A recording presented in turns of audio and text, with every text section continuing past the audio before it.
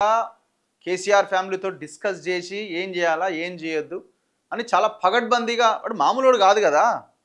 కొన్ని వేల లక్షల ఫోన్లు ట్యాప్ చేసినోడు, ఇంత పెద్ద వ్యవస్థని నడిపినోడు మామూలుడు కాదు కదా.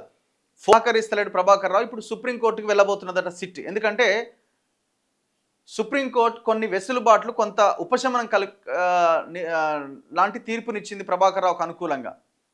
అమెరికాలో ఉండి నేను రాను అంటే, బాబు నువ్వు రావయ్య బాబు, నీకు ఆగస్టు 5వ తేదీ వరకు నిన్ను ఎవరు అరెస్ట్ చేయరు, ఎలాంటి కఠిన చర్యలు నీ మీద తీసుకోరు, విచారణకు సహకరించు అని చెప్పింది. వచ్చిండు, విచారణకు హాజరైండు, కానీ విచారణకి సహకరిస్తలేడు. సుప్రీంకోర్టు ఏం చెప్పింది? విచారణకు సహకరించమని చెప్పింది.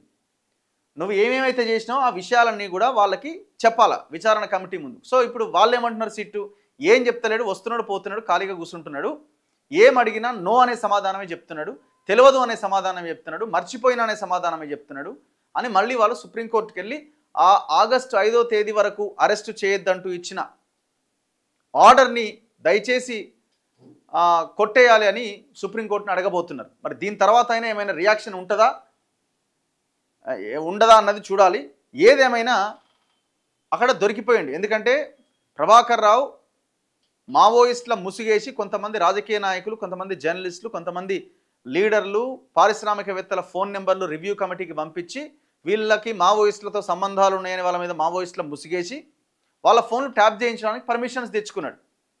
అట్లా కొన్ని నెంబర్లే ఉన్నాయట. మిగతా నెంబర్లన్నీ అసలు ఆ రివ్యూ కమిటీకి సంబంధం లేకుండానే ఆ స్పెషల్ ఆపరేషన్స్ టీమ్ ఏదైతే ప్రణీత్ రావు ఆధ్వర్యంలో ఏర్పాటు చేశారో దాని ద్వారా ఈ ఫోన్ ట్యాపింగ్ జరిగిందట. చెప్పినాం కదా, ఇది ఒక రకంగా ఫ్రాంచైజీల రూపంలో జరిగింది.